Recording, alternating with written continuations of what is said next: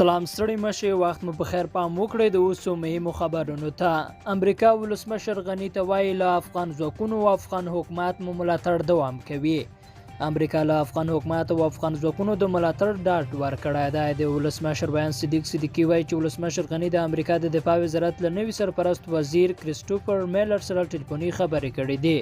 دواړو لورو په دې ټلیفوني مکالمه کې د افغانستان پر روان وضعیت د سولې پر پروسې او نورو مواردو بحث کړی دی. د امریکا د دفاع سرپرست وزیر ډاډ ورکړی چې له افغان حکومت او افغان ځواکونو به د دوی ملاتړ دوام کوي.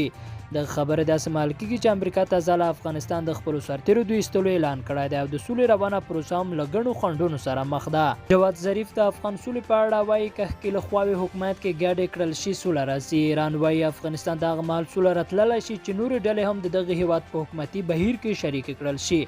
د ایران د بهرنیو چارو وزیر جواد ظریف د هیواد د بهرنیو چارو وزارت له سیاسي مرستیال سره د لیدنې پر مهال ویلي چې دوی د افغانستان د سولې له پروسې هر اړخیز ملاتړ کوي. هغه وایي افغانستان د هغه مهال سوله راتلی شي چې ښکېلې ډلې په حکومتي بهیر کې شامل کړل شي او دوی په دې توګه له جګړو لاس په سر شي.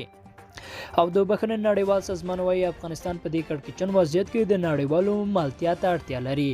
د بخښنې نړیوال سازمان وایي نړیوال ملاتړي د افغانستان په دې حساسو او بحراني حالاتو کې یوازې نه پرېږدي. د بخښنې نړیوال سازمان له لوري په یوه خپره شوې اعلامیه کې د جنیوا کانفرانس پر ګډونوالو غږ شوی چې له افغانستان سره د خپلو مرستو ته ادامه ورکړي ځکه دغه هیواد په یوه کړکېچن وضعیت کې د اولا ډېرو مرستو ته اړتیا لري. لیدونکو له ملتیا مننه. ښې چارې.